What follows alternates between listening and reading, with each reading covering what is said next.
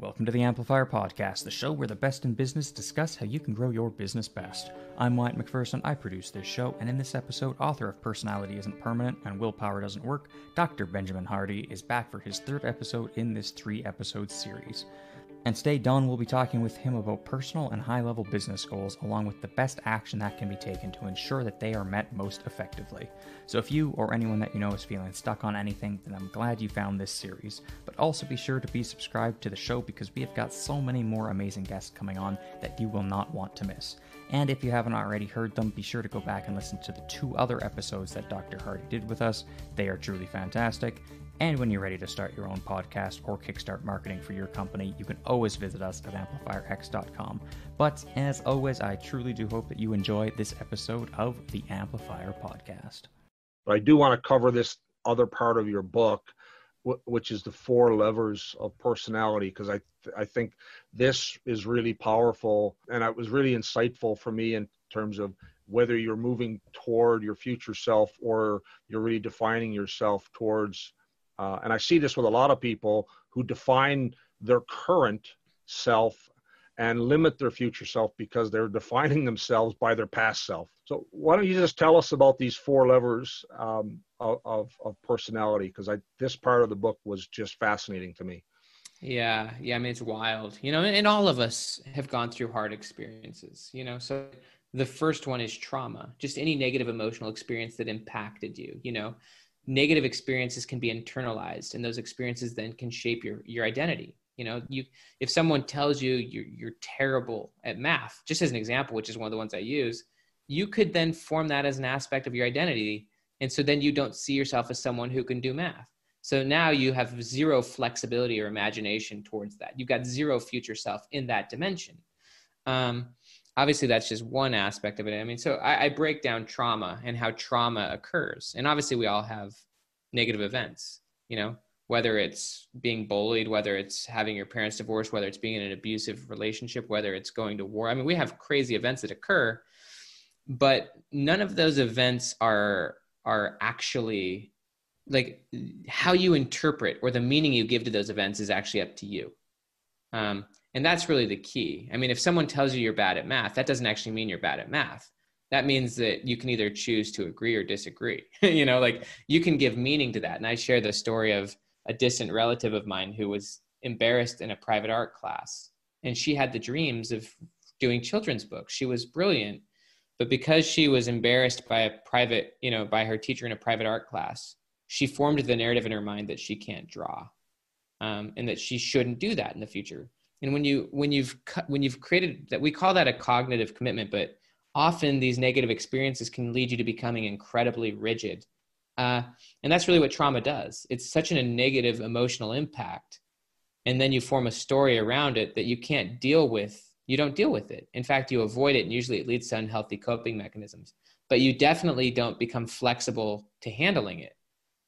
Instead, you become rigid emotionally. And so you can't handle your emotions well. And that obviously stunts your growth and your learning and leads to strange behaviors. So trauma is something that we've all dealt with and something that we can reframe. And in the book, I give about 150 journal prompts for reframing former experiences, for shaping future experiences. But I think the goal is that the past becomes information. I've actually talked to Dan about this a lot. Dan and Babs have done a huge amount of therapy work and other forms of work, energy work and stuff like that. And Dan said he essentially has no past. That doesn't mean he doesn't have memories, but he doesn't have hooks in his past. He doesn't have things that trigger him and pull him back, where he then goes through a repetitive loop and he gets stuck. And I think that's the key, is you want your past to be information you can use rather than emotion that's kind of driving you towards more limiting goals. And you can do that. You can reframe any negative experience and you can change your memory towards that. So the first key lever is trauma. The second one is your identity narrative, just the way you explain yourself. I make the argument that you should explain yourself based on your future self, because when you start telling everyone about your goals, you then start to believe it more. You start to want it more, and you start to create an environment around you that holds you accountable to those goals. You can also see immediately the people who will discourage you and they want to keep you as your current or your former self to make themselves feel comfortable. And so by telling everyone about your goals, you'll feel far more compelled to do it, and you'll be far more committed to creating an environment around that. So your identity narrative is huge, just how you define yourself. And for me, it's just interesting when you really realize how big this is to hear how people explain themselves. I mean, people are so definitive about their labels and about their weaknesses that of course they're going to be rigid, and they're not going to be actively and courageously pursuing a future self to destroy those weaknesses. The other two are subconscious and environment, just about how your subconscious works and how you can upgrade that through behavior and investments in yourself and things like that. And then obviously environment, and about shaping an environment to direct your future self rather than to keep you the same person you are. I mean, one of the biggest predictors of personality is your social circle and also just your roles. I mean, these things really predict everything about who you are. And so if you're serious about becoming someone new, you've got to be really conscious of the information that comes in and the situations you're in and the people you're around. Yeah. I mean, I say it all the time to people who are in my life who are struggling with this whole idea of past. And I can see it's tied back to some trauma of some sort, strict parent, or, they had a rough upbringing. I mean, I have a similar story in what happened in my life to Joe Polish, with a death and some abuse. My father died, and I had some struggles in my family that turned into substance abuse. But I had a first domino when I was about 14 years old. I had this Jesuit priest who was the principal of the high school where I went to Army cadets. And he caught me, in a real bad place where I was drunk at a school dance, and he could have called the police and he could have called my mom, but instead he recognized that I was in the cadet corps in that school, and he pulled me aside and said, "Come see me on Thursday." And then he started to give me some coaching and some guidance, and it totally transformed how I viewed what was what had happened in my life. And Wow. It really it was massive. And I mean, that's that empathetic witness, right? 100%. And I haven't seen him in 30 years. And I told my wife about this when we were at Joe's Genius Network event, when Joe introduced this idea of the first domino, and it hit me like a ton of bricks that this person was a domino who probably gave me a total course correction on what my life could have been based on the circumstances that I had lived through for those years from age 11 through age 14. And I, totally got discipline and focus and drive, as opposed to, really falling into, those traumatic events. To this day, and my life, like no one else's, has been perfect. And I used to measure my life by milestones where things didn't go well, and then I had to pivot. I remember I always used to think, if there's a milestone of, my dad died that year. That happened, and a variety of relationships failed and whatnot that happened over a 10-year period. And, looking back, I'm grateful that all that stuff happened for me, that it transformed me. I can look at the negatives that happened, those traumatic things, and change my story in a way that it's now fuel for growth, as opposed to what's holding me back. And for a lot of years, I was like, I had anger and frustration about a bunch of these things, and I was externalizing it. And now I internalize and go, there's not a thing in my life that I would change, because everything that has happened to me, or was for me, because it made me who I am today, and it put me on the path that I'm continually moving forward on. The interesting thing about that is and you talk about it in there with the narrative that you tell yourself, is that I can tell my story about, oh, woe is me, or I can tell my story that all those things are great because it made me who I am today. And I'm actually pretty happy with who I am today, and even more happy with where I'm going, because it's goal-based and it's really about creating a bigger future.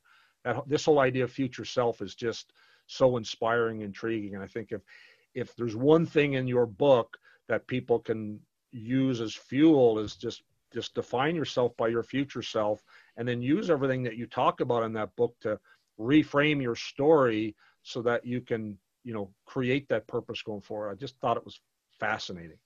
I love it. it was such a powerful set of tools that you put in there, Ben.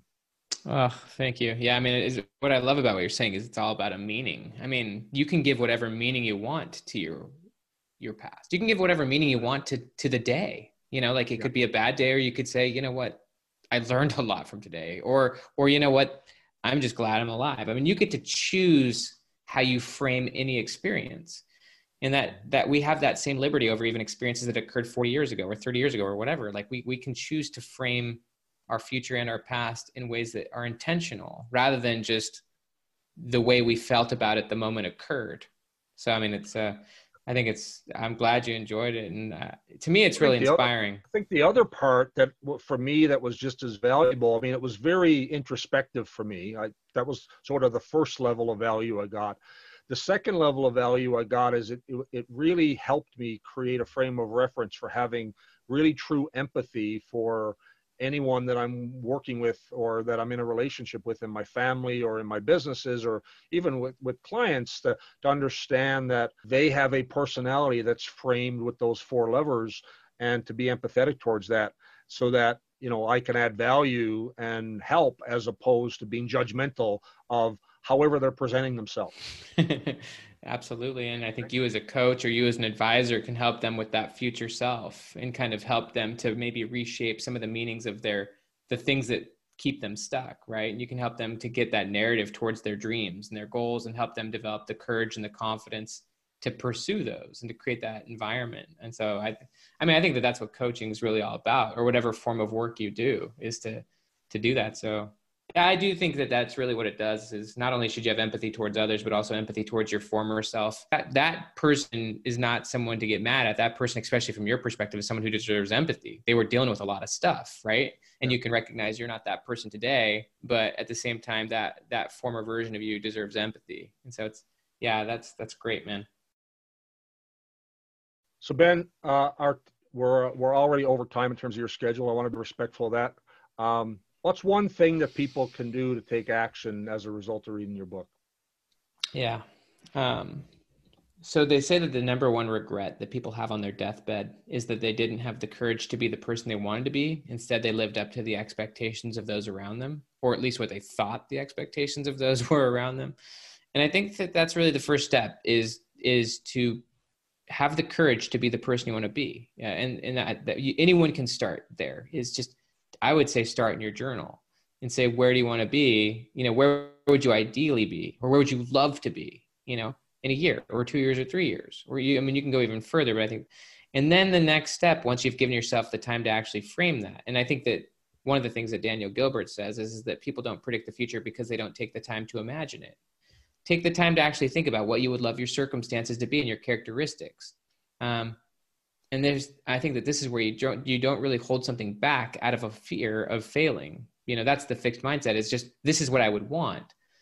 And then, yes, it takes courage, but I would then start telling people, tell people about your goals. I think that we often hide our goals, just like we hide our traumas.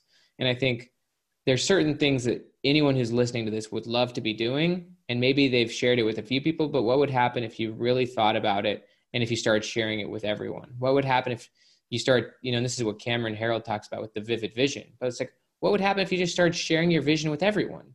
You'd immediately start to feel far more compelled to start doing it. You'd start to feel more accountable to that vision. You'd start to get more committed to that vision. Maybe you'd start investing in that vision. So I would challenge people. There's no shame in telling people what you want. It's okay if you might fail. It's okay if some people might not support you. This allows you to remove the ego, and it allows you to admit that you're not where you want to be yet, but this is where you genuinely and authentically want to go. And you would be inauthentic not to try. You'd be dishonest not to go for it. And so that would be my invitation. Does that take courage? Yes. Courage is the doorway to change. Courage is the doorway to growth.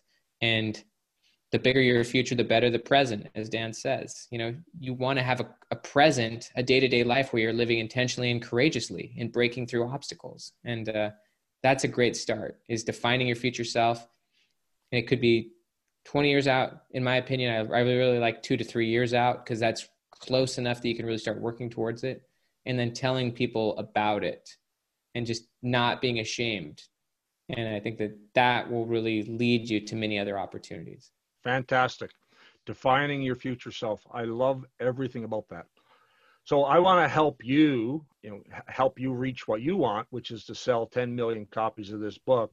And I genuinely think that, that the 10 million people who buy this book could change their lives with this book. It's so fantastic. Yeah. And, on my website, you can go to benjaminhardy.com and you can see a video of me explaining that anyone who gets the book will get access to 3 free online courses. I've got a course that breaks people through the book. I've got a journaling course, which I've sold to 10,000 people.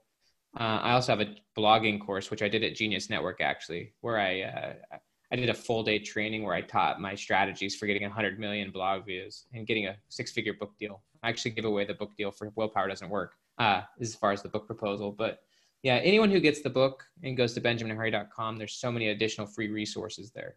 So Ben, I'm going to buy copies of this book for all my offices and put in my library. It's going to be my new Bible that I'm going to keep near me with lots of notes. It's going to be, I apologize in advance, it's going to be marked up and dog-eared with sticky notes on it because I love it. That's a good book right there. I can't wait.